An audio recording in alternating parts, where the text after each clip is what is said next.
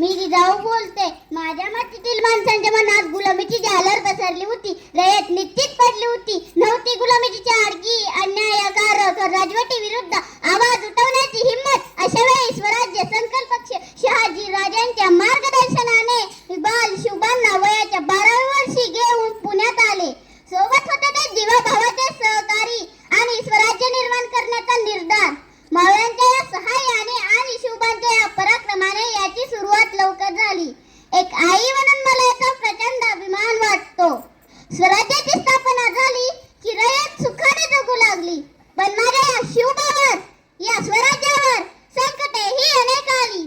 अफजल खान, शाहिस्ते खान, पुरंदरचा वेढा आणि औरंगजेब अशा एक ना एक संकटावर माझा मुलूक पुरून उरला. माझा शिवबा छत्रपती झाला. मी जिजाऊ म्हणून एकच विनंती करते की आपणही आपल्या मुलांवर शिवबासारखे संस्कार करा आणि घराघरात शिवाजी घडवा. ना वाकणार ना झुकणार, अन्यायाविरुद्ध पलटून वार करणार, सन्मानाने जगणार आणि सन्मानानेच मरणार. हे हिंदवी स्वराज्य आहे. येत्या आया बायांची पूजा केली जाते.